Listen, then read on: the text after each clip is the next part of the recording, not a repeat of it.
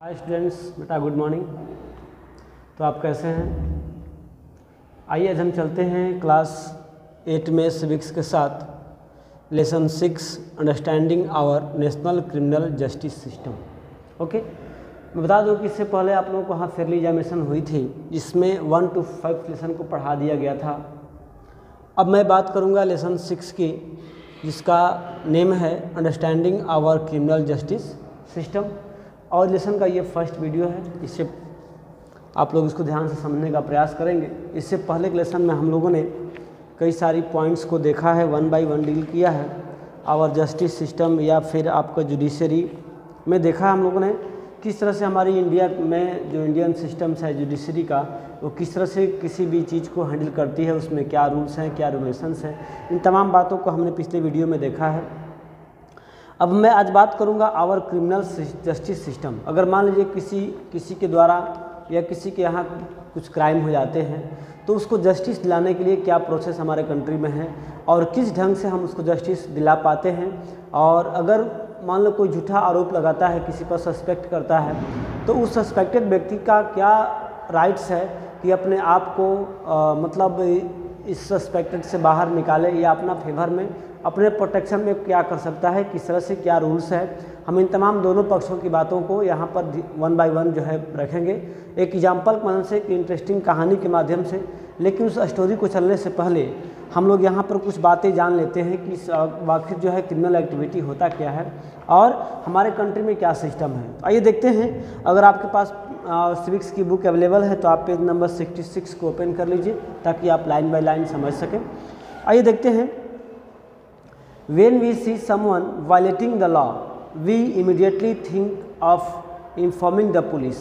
अगर हम बात करें, किसी को देखते हैं कोई नियम तोड़ता हुआ है या कोई विरोध करता है, कोई अदर वर्क करता है जो कि इलीगल है, तो हमारे मन में एक ही ख्याल आता है कि हम पुलिस को इन्फॉर्म करें और इसकी जानकारी वहाँ पर दें। You might have seen either in real life or in the movie police office filling reports and arresting persons. अपने मूवी में भी देखा होगा या अपने रियल लाइफ में देखा होगा कि जब कोई क्राइम होता है, जब कोई क्रिमिनल्स एक्टिविटी जो है उसके बारे में देखा जाता है और कोई इन्फॉर्म करता है पुलिस स्टेशन में, तो पुलिस आती है और उसको अरेस्ट करती है। आपने देखा होगा।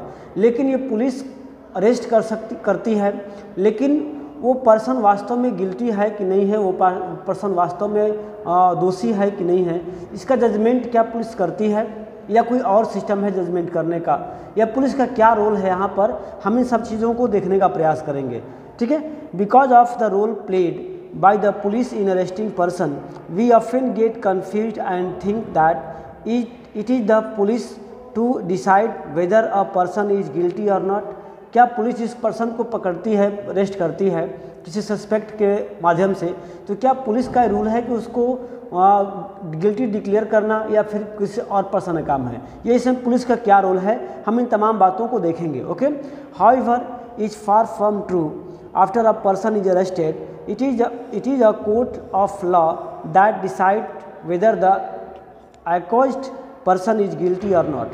वास्तव में देखा जाता है कि जो पर्सन पुलिस द्वारा अरेस्ट होता है तो उसके लिए कोर्ट बनी होती है, न्यायालय बनी होती है, जहाँ पर न्यायालय में ये सिद्ध करने का प्रयास किया जाता है कि जो पर्सन्स अरेस्ट किया गया है वास्तव में गिल्टी है कि नहीं है। इसलिए जज होते हैं, वकील होते हैं, लॉयर होते हैं, और तो इसको डिसाइड करते हैं। According to the constitution, every individual charged a crime has to be given a fair trial. और ये हमारे संविधान द्वारा ये बातें बताई गई हैं, लिखी राइट है कि किसी व्यक्ति को अरेस्ट किया जाता है तो उस व्यक्ति के पास भी पर्सनल राइट होते हैं कि अपने प्रोटेक्शन में अपनी बातों को रख सके। और पुलिस जो है जब अरेस्ट करती है तो उसको फेयर ट्रायल, फेयर ट्रायल क्या होता है? फेयर ट्रायल मतलब होता है कि किसी को गुनाह को कबूल कराने के लिए उसको जब टॉर्चर नहीं किया जाना चाहिए, या उसके जो तौर तरीके, ऐसा नहीं जज हैं वो किसी according to the caste, according to the religion उसको अनफेवर करे या पक्षपात करे, ऐसा नहीं होता है। बिल्कुल ही निष्पक्ष और मतलब फेयर तरीके से उसकी जो बातें होती हैं, दोनों पक्ष बातें रखते हैं और जो सामने जो एविडेंस आते हैं उसके अकॉर्डिंग ये डिसाइड की जाती है कि वो पर्सन जो है गिल्टी है या फिर नहीं है। गिल्टी है तो फिर उसके लिए क्या पनिशमेंट होगी, ये सारी चीज़ें कोर्ट की डिसीजन से होती हैं, ये पुलिस स्टेशन डिसीजन से नहीं होती हैं। आगे देखते हैं। Do you know what is the mean to get fair trial. अब फेयर ट्रायल का मतलब क्या होता है? हैव यू हियर्ड, आपने सुना होगा FIR यानी कि फर्स्ट इंफॉर्मेशन रिपोर्ट। इसका फुल फॉर्म क्या होता है? फर्स्ट इंफॉर्मेशन रिपोर्ट इसको बोलते हैं। आपने इसके बारे में सुना होगा। या do you know who public prosecutors is? Public prosecutors क्या होता है? पब्लिक मतलब का बात करते हैं होता है गवर्नमेंट लॉयर, सरकारी वकील जो होते हैं इसको बोलते हैं। आपने नाम सुना होगा। तो mainly in this chapter we use the fictional case of theft to try and highlight the process as well as the role of different individuals in the criminal justice system। यहाँ पर एक फिक्स कहानी दी हुई है। ये केवल story fix है, मतलब बनी हुई है, काल्पनिक स्टोरी है, लेकिन जो इसमें बातें होनी है, जिस प्रोसेस के द्वारा इस स्टोरी में जो मेंबर्स होते हैं उनको जस्टिस किस तरह से मिलती है, किस तरह से अपनी बातों को रखने का क्या प्रोसेस है, उनके क्या राइट्स है, ये बातें बिल्कुल सही है। इसमें कोई मतलब आप कह सकते हैं कि इसमें फिक्शनल पार्ट नहीं है। जो फिक्शनल है केवल स्टोरी है, और स्टोरी में जो गवर्नमेंट की जो बात है, कॉन्स्टिट्यूशन की बात है, वो बिल्कुल ही सही है। इसी तरह से ही हमारा प्रोसिक्यूटर्स होता है, हमारे जो प्रोसेस चलते हैं। तो आइए देखते हैं इसमें क्या होता है। Actually most cases go through the process that is similar to the one discussed in our fictional case। यानी कि यहाँ पर एक फिक्शनल केस दिया गया, स्टोरी दी गई है। इस केस में जैसे जैसे जो चीज़ प्रोसेस होता है वो सेम प्रोसेस रियल लाइफ में भी ये होता है। therefore understanding this process as well as the role that different persons should play within the criminal justice system in क्यूरियल, यानी कि अगर हम यहाँ प्रोसेस को समझने का प्रयास करते हैं तो अलग अलग व्यक्ति को भी, आपको भी ऐसा हो सकता है कभी ऐसी मौका मिले या फिर ऐसी मतलब घटना अक्सर घटती है, तो आप इस चीज़ को फॉलो करके अपने को आप प्रोटेक्ट कर सकते हो या फिर आप गिल्टी पर्सन को पनिशमेंट करा सकते हो। देखते हैं। So that if your occasions you should rise you are aware that process that should be followed. अगर आपके पास वैसा कुछ होता है तो क्या कर सकते हैं, आप इस प्रोसेस को फॉलो कर सकते हैं। ओके, आइए देखते हैं ये पर यहाँ होता क्या है। तो हम बात करते हैं, आप डेट को मेंशन करना, ऊपर के पेज में डेट दिया हुआ है।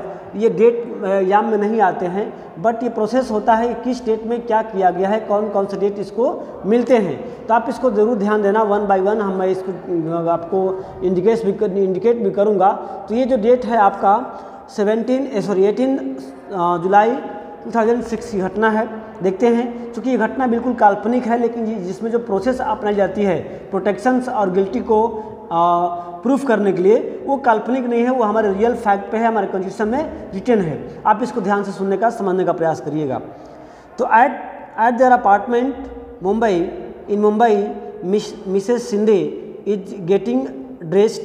She has been frantically searching for a gold chain for over our years.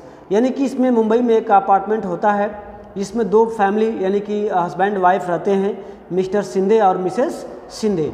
शायद इन्हें कहीं मैरिज पार्टी में जाना होता है, तो वो तैयार होती हैं और मिस्टर शिंदे जो है उनका वेट करते हैं, भाई जल्दी चलो, आवाज़ लगाते हैं, भाई डू गेट हरी अप, जल्दी करो, लेट हो रहा है। तो मिस्टर शिंदे क्या करते हैं कि अपनी चेन को, अपने कपड़े वेयर करने के बाद चेन को ढूंढ रही हैं, सर्च कर रही हैं, शायद अपने ड्रॉअर में रखी हुई थी और उसमें नहीं मिल रहा है। I am sure that it was in the drawer where would be it be. यानी कि वो ढूंढ रही हैं और उनको नहीं प्राप्त हो रहा, नहीं मिल रहा है, तो कहीं कहाँ है।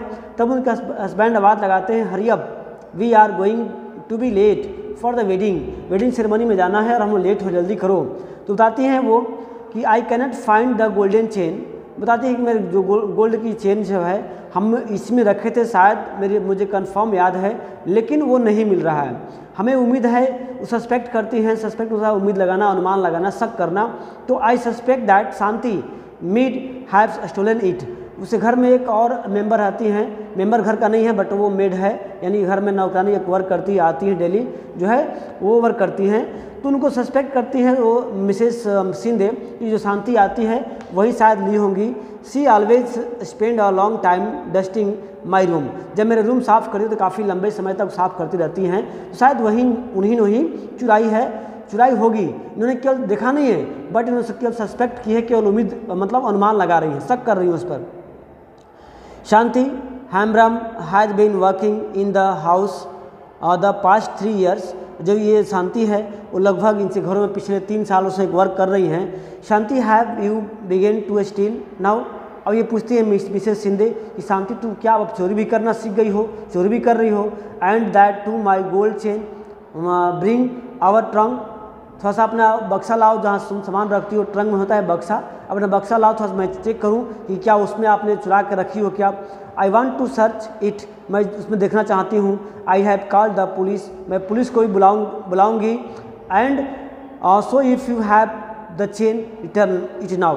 कहती है कि अगर तुमने रखी हो तो आप हमको वापस कर दो, वरना मैं पुलिस को बुलाऊंगी, तुमको पकड़वाऊंगी, अगर आपके पास है तो रख दो। अब शांति कहती है ma'am I have not stolen it. वो कहती है कि मैम मैंने इसको नहीं चुराई है, मैंने देखा ही नहीं है। फिर क्या करती है, mister Shinde search Shanti Trunks and find envelope with 10,000 in it.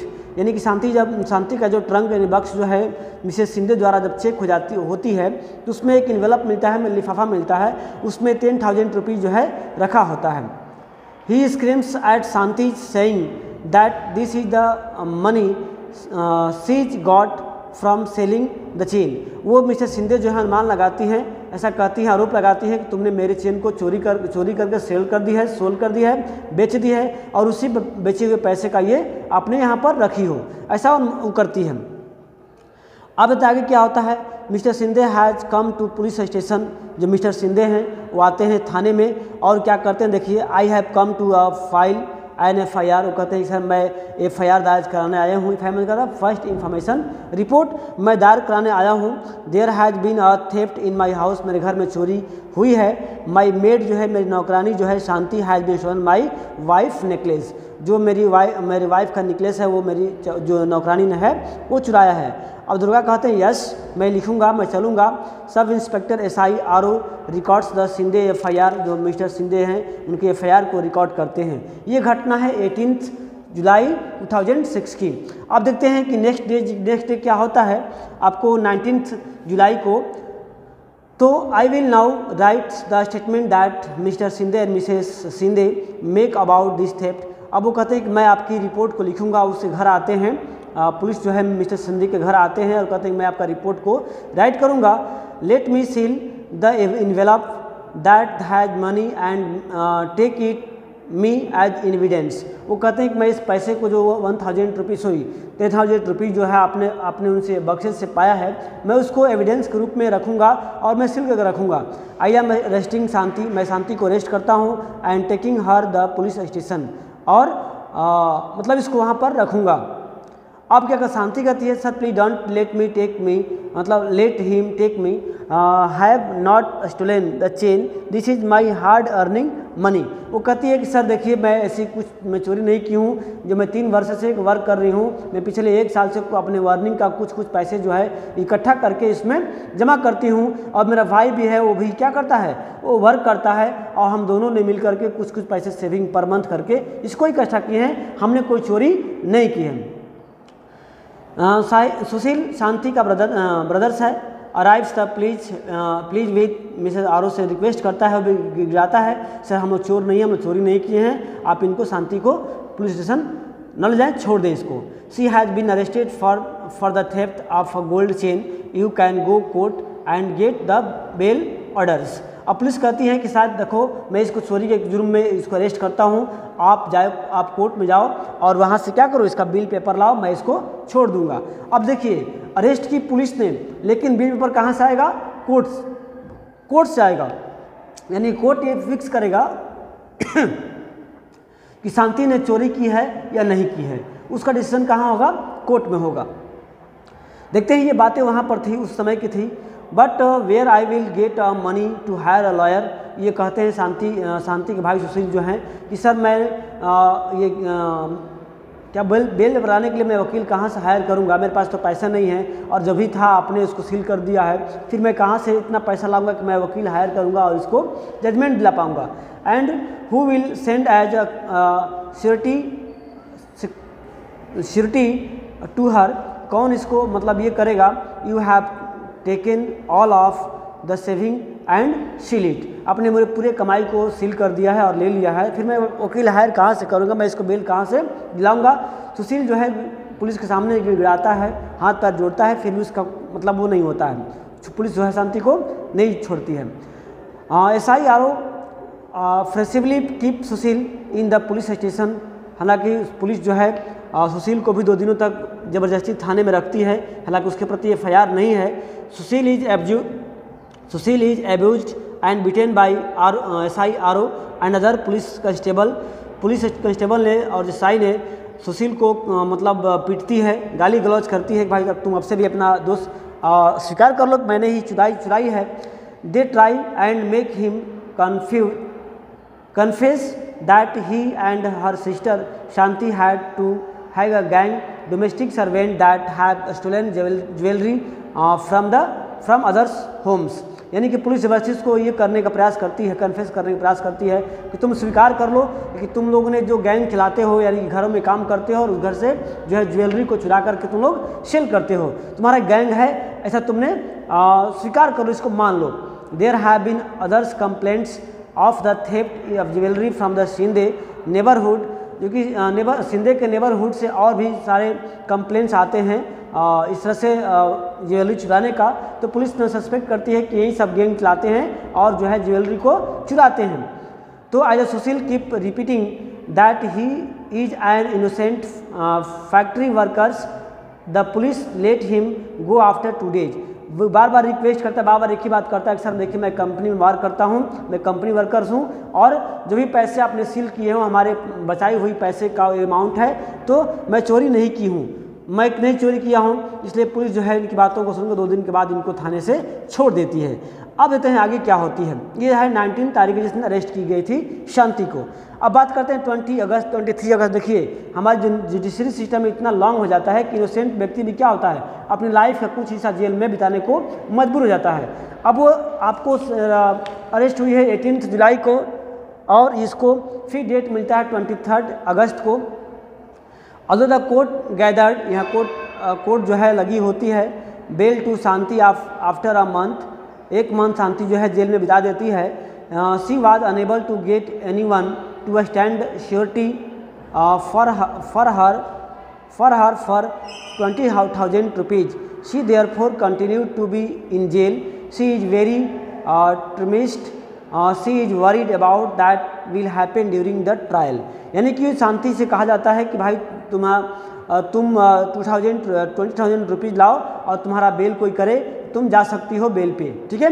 लेकिन शांति के पास जो है पैसा नहीं होता है, क्योंकि जो भी पैसा होता है पुलिस सील कर लेती है और दूसरा कोई नहीं दिखता है कि इसके लिए बेल के लिए जो अमाउंट होता है उसको फी को पे करे और घर जाए। फिर वो मतलब अमाउंट के अभाव में क्या करती है, फिर कहती है कि नहीं मैं जेल में ही रहनी पसंद करूँगी, क्योंकि मेरे लिए कोई पैसा देगा नहीं, इसलिए मैं जेल में ही रह जाती हूँ।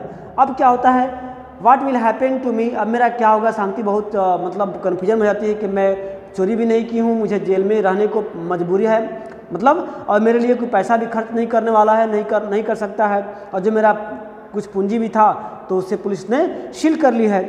वो इस बात सोच रही हैं, I have not done anything wrong and yet I am being bars just because madam suspect me. यानी कि वो सोचती है कि मैंने चोरी भी नहीं की है और मैंने इस तरह का कोई काम भी नहीं किया और मैडम ने मुझ पर जो है शक की हैं और शक की वजह से मैं क्या हूँ, मैं जेल के सलाखों के पीछे हूँ। And the money that we have been saving will I never get it back. जो मैंने पैसा अभी बचा रखी थी वो लग रहा है कि मैं कभी उसको वापस नहीं ले पाऊँगी, क्योंकि पुलिस ने उसको सील कर रखी है। आपका नेक्स्ट पॉइंट है नेक्स्ट डे, अब फिर आपको डेट पड़ता है 14 सितंबर 2006 को। The police file a chargesheet in the magistrate court. Police ने क्या करती है, चार्जशीट करती है। अब चार्जशीट क्या होता है, अब पुलिस ने उसको अरेस्ट कर रखी है। अरेस्ट के बाद क्या करती है पुलिस, ये इन्वेस्टिगेट करती है कि वास्तव में जो चोरी हुई है वो इन्होंने की है कि नहीं की है। इन सारे सबूतों को, सारे रिकॉर्ड को मेंटेन करती है और वो आपको कोर्ट में पेश करती है। इसी को बोलते हैं क्या, chargesheet. The court gives a copy of the charge sheet including statement of the witness of शांति। और चार्ज शीट क्या होता है, आपने कौन कौन से दफ़ा लगाया, किस किस के जुर्म में आपने यहाँ पर जेल में आई हैं, इन सारी चीज़ों को लिखा जाता है और उसकी एक प्रति जो है दिया जाता है सस्पेक्टेड पर्सन को, यानी कि जो जेल में जाते हैं या फिर जो है जिन पे आरोप होता है उनको भी दी जाती है, ताकि आपको ये मालूम चले कि आपको किस लिए और कब क्यों जो है आपको अरेस्ट करने का काम किया गया है। Shanti tells the court that she had no lawyer to defend her against this false case of theft. वो कहती है सर मेरे पास कोई साधन नहीं है, मेरे पास कोई वकील नहीं है अपनी सुरक्षा के बचाव के लिए, तो मैं मतलब जा नहीं सकती हूँ, मतलब मैं वकील हायर नहीं कर सकती हूँ। तो वो कहती है कि सर मेरे पास अपने डिफेंस के लिए लॉयर रखने की मेरे पास पैसे नहीं हैं, और magistrate appoint advocate Kamla Roy as a Shanti defence lawyer at the government expense. देखिए यहाँ पर एक बात सीखने जो गया है, अगर आपके पास पैसे नहीं हैं तो ये आपका अधिकार है, आपके फंडामेंटल राइट्स है कि अगर हमारी कॉन्स्टिट्यूशन ने ऐसी व्यवस्था रखी है, कोई पर्सन अगर इसके अनेबल है, उसके पास पैसे नहीं है, तो गवर्नमेंट उसके लिए वकील जो है हायर करती है अपने तरह से, ठीक है, जो कि उस सस्पेक्टेड व्यक्ति का वो पक्ष रखता है, सस्पेक्टेड व्यक्ति के प्रोडक्शन में वो वर्क करता है। तो अब जान लीजिए, according to article 22 the constitution, हमारे संविधान के द्वारा 22 आर्टिकल्स के अकॉर्डिंग जो है every person has a fundamental right to be defendant by a lawyer, यानी कि अपने सुरक्षा में लॉयर रखने का अधिकार सभी को होता है। और article 39A of the Constitution place the duty upon the state to provide a lawyer to any citizens who is unable to engage one due to poverty and others disability। यानी कि हमारे संविधान के 39A आर्टिकल के according ये भी लिखा हुआ है कि सरकार जो है लॉयर प्रोवाइड करेगी वैसे व्यक्ति को जो अपने मतलब अपने से due to the money, due to lack of money या ड्यू टू द पॉवर्टी वो आपको वकील रखने के या हायर करने के लायक नहीं है, योग्य नहीं है, तो ऐसे लोगों को गवर्नमेंट जो क्या करेगी, उनके लायर प्रोवाइड कराएगी। यहाँ पर जो है कमिश्नर मिसेस कमला को रखा जाता है उनके एविडेंस में, मतलब उनके डिफेंस में। अब आते हैं बात 11 दिसंबर आ जाती है, इसको मतलब ये कोर्ट की डे होता है। Here I my charge case papers I have been falsely caused stealing my employer gold chain। यानी कि इसमें जो है दी जाती है कि भाई ये पेपर है और मैं सस्पेक्ट करती हूँ कि जो मेरी एम्प्लॉयर है उन्होंने क्या की है, मेरी गोल्ड चेन को चुराई हुई है। They found in 1000 rupees in Shanti's trunk, बता दिए कि 1000 रुपये भी उसके बक्से से पाया गया है। And said that she was the money she got from selling the chain. जैसे मैंने कहना है कि जो 10,000 रुपये पाया गया है वही उसी चेन का है जो उन्होंने सेल कर क्या की है, उसको सेल करके उस पैसे को रखी हुई है, इसे आरोप लगाती हैं। अब क्या होता है, the court forms a charge of theft of Mr Shinde gold chain and processions of money 10,000 from getting selling stolen property against Shanti, ऐसा आरोप लगाया जाता है। The plead not guilty and I claim trial, मतलब बताती है कि मैं दोषी नहीं हूँ, मैं दैट मीन्स ऐसे करके है। तो अब इसकी बात होती है आपको 3 अगस्त की 8 मार्च 2007 की, यानी कि 1 साल मतलब आ जाता है, नेक्स्ट आ जाता है। The public prosecutors appear in the case on the behalf of state, यानी कि एक होती है सरकारी वकील होता है जो कि पब्लिक प्रोसिक्यूटर्स के रूप में वर्क करती है सरकार के गवर्नमेंट के अगेंस्ट, मतलब गवर्नमेंट के बिहाफ में।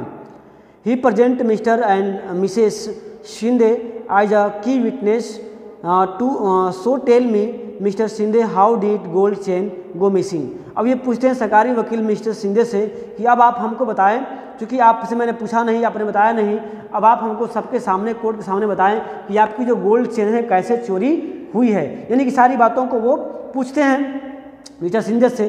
तो मिस्टर शिंदे कहती हैं, मिसेस शिंदे कहती हैं कि I had kept my chain in my drawer, मुझे बिल्कुल याद है कि मैंने अपनी ड्रॉवर में ही अपनी चेन रखा है और शांति ने इसको चुराई है। No other outsider except Shanti goes in to my rooms, और शांति के अलावा दूसरा कोई बाहरी व्यक्ति भी हमारे रूम में नहीं जाता है। Mister Shinde search her trunk in front of me, we were shocked to find 10,000 in the envelope. और जब इसके बक्से को चेक किया जाए, शांति के बक्से को जब चेक किया गया, उसमें 10,000 रुपीज़ को देखकर के हमने शॉक किया या हमने सस्पेक्ट किया कि ये जो वही पैसे हैं जो हमारी चेन को बेच करके इन्होंने रखी हुई हैं। ऐसा जो है मिसेस शिंदे और मिस्टर शिंदे कर रहे हैं, शांति के ऊपर आरोप लगा रहे हैं। नेक्स्ट एडवोकेट रॉय जो कि फेवर में शांति के फेवर में करती डिफेंस में आती हैं, उन्होंने क्रॉस एग्जामिन करती हैं इस पूरे प्रोसिक्यूशंस को विटनेस मिस्टर शिंदे के साथ। सो इसलिए what you are basically saying is that you did not see Shanti steal the chain. यानी कि जो वकील होती हैं शांति की, वो पूछती हैं कि इसका मतलब ये है, वो पूछते हैं मिस्टर शिंदे से कि यानी कि आपने केवल सस्पेक्ट किए, केवल शक किए हैं, आपने शांति को चुराते हुए या चोरी करते हुए नहीं देखा है। और not did you recover the chain on Shanti, ठीक है, या फिर आपने शांति के बक्से से आपने चेन को भी प्राप्त नहीं किया है। Also in the three years, और ये शांति जो है आपके 3 सालों से, पिछले 3 वर्षों से काम आपके यहाँ कर रही है, और इतने दिनों में कभी आपके घर से कोई सामान चोरी भी नहीं हुई है, आप इसको मानती हैं। You are also regularly paying her 1,000 as a salary each month, और ये भी आपने मतलब ये प्रूव किया है या बताई हैं कि मैंने 1,000 रुपीज़ इसको पर मंथ सैलरी के रूप में देती हूँ। ये आपको एडवोकेट कमला रॉय जो है इन मिसेस शिंदे से क्वेश्चन करती हैं। अब साथ ही है आपको 20 अप्रैल की बात आती है। Advocate Roy examine Sushil and his employer as defence witness, यानी कि गवाह के रूप में उसको पेश करती हैं। Through their testimonies she is able to show that the arrest 10,000 found in Shanti's trunks could well be earning of Sushil and Shanti. अब उस सुशील को बुलाती है जो लॉयर हैं, और वो ये मतलब प्रयास करती है पूछने का कि जो आपके बक्से से 10,000 रुपीज़ पाई गई है वो आपके अर्निंग की सेविंग है। आप जो अर्निंग करते हैं पर मंथ, उसकी थोड़ी थोड़ी अमाउंट जो है सेविंग करके आपने इतना इकट्ठा किए हैं, और इसलिए कि मैं गाँव जाऊँगा तो क्या परचेज करूँगा, वूल परचेज करूँगा। आगे हम पढ़ेंगे उसको। As that trial is nearing completion, Sushil learned that Inspector Sharma had busted a gang of young men who have been stealing jewelry from the Shinde neighbors। और ये मतलब जो वो क्या बोलते हैं, शर्मा जो है, जो एसआई अफसर्स हैं, उन्होंने एक और चीज़ का पता लगाया है कि यहाँ पर एक कुछ यंग मैन का गैंग है जो क्या करती हैं, घरों से ज्वेलरी चुराती हैं, जो शिंदे के पड़ोसी में ही रहते हैं। और जो इनके एक चाइल्ड है वो भी क्या करता है, वो चाइल्ड का जो फ्रेंड्स है वो भी इस गैंग का मेंबर है। Some of Mr Shinde son friends are part of this gang. Mr Shinde chain has been found on them, और मिसेस शिंदे की जो चेन है वो उसी गैंग के बच्चों के पास से पाया गया है। Sushil tells advocate Roy about this, यानी कि मिस्टर सुशील जो हैं वो एडवोकेट जो ये इसके एडवोकेट हैं उससे बताते हैं। Advocate Roy now calls inspector Sharma as a defence witness. अब मिसेस वोकेटेड हैं, मतलब लॉयर हैं, वो बुलाती हैं मिस्टर शर्मा को एविडेंस के रूप में। भाई जो भी आप बातें ने सर्च की हैं नियर अबाउट पड़ोसियों के माध्यम से, जो पड़ोसी सो आपने गोल्डन चेन पाई है, आप यहाँ विटनेस बॉक्स में आइए और अपनी बात को रखें। Inspector Sharma can you show and tell us what you have found. Inspector Sharma, आपने जो भी देखा है, जो भी अपने सर्च की है, उसको आप यहाँ बताइए सबके सामने। अब बताते हैं इंस्पेक्टर साहब कि हेयर इज अ चेन, यह एक चेन है, that has been identify by Mrs Shinde as her, यानी मिसेस शिंदे ने इसको पहचाना है कि हाँ ये मेरा ही है। We busted a gang of boy, इसको मैंने लड़कों की गैंग से प्राप्त की है जो चुराते हैं ज्वेलरी को। और this boy have admitted that they stolen the chain, और ये बच्चे जो चुराए हैं वो भी एक्सेप्ट किए हैं कि हाँ मैंने ही चेन को उनके घरों से चुराई है। इस प्रकार से ये बात स्पष्ट हो जाती है कि मिसेस शांति जो हैं इनकी जो ज्वेलरी को नहीं चुराई हैं। द जज hears the testimony of all the witness, यानी जज हैं प्रत्येक लोगों की बातों को ध्यान से सुन रहे हैं, समझ रहे हैं। After the testimony of inspector Sharma, advocate Roy argues before the जज that it has now been established that Shanti is innocent should be acquitted, यानी कि उन्होंने कहती कि आप सारे सबूतों को देखने के बाद ऐसा लगता है कि शांति ने चोरी नहीं की है और इसे अब रिहा कर देनी चाहिए, यानी कि रिहाई की जो है डिमांड करती है इनकी जो मिसेस कमला जो है लॉयर है उसको। तो Shanti you are hereby acquitted of the charge of theft, यानी कि अब जो जज साहब कहते हैं सारी सबूतों को सुनने के बाद कि अब आपको चोरी की इल्ज़ाम से मुक्त की जाती है और the police will hand over you the 10,000 that they had sealed, और पुलिस जो आपके 10 रुपये जो सील्ड कर चुके थे उसको भी वापस की जा रही है। इन माई रिटन जजमेंट, मेरी लिखी जजमेंट में I have made a point of highlight SI Rao's role in the conducting such a shoddy investigations that made you spend time in jail, और जो है आपको इतने समय लंबे जेल में रहना पड़ा मिस्टर इनके वो में। तो आपने देखा यहाँ पर किस तरह से जो है हमारे इंडियन सिस्टम का न्याय सिस्टम्स है, तो आपने देखा यहाँ पर from the above incident you can see that the 4 की players in the criminal justice system are police, public prosecutors, defence lawyer and जज। तो आप देखा यहाँ पर किस तरह से इस क्रिमिनल एक्टिविटी में 4 लोग जो है 4 टाइप्स के पर्सन जो है अपने रोल को प्ले करते हैं जस्टिस को दिलाने में किसी को। उसमें आपका पुलिस है, पब्लिक प्रोसिक्यूटर्स है, डिफेंस लॉयर्स हैं और जज होते हैं। You have seen the roles of each them played in the above case. Now let us try to understanding their role of more generally. अब हमने कहानी के वहाँ से यहाँ पर देखने का प्रयास किया। अब हम नेक्स्ट टॉपिक में देखेंगे इसके और रोल को, ठीक है, नेक्स्ट वीडियो में। तब तक के लिए गुड बाय।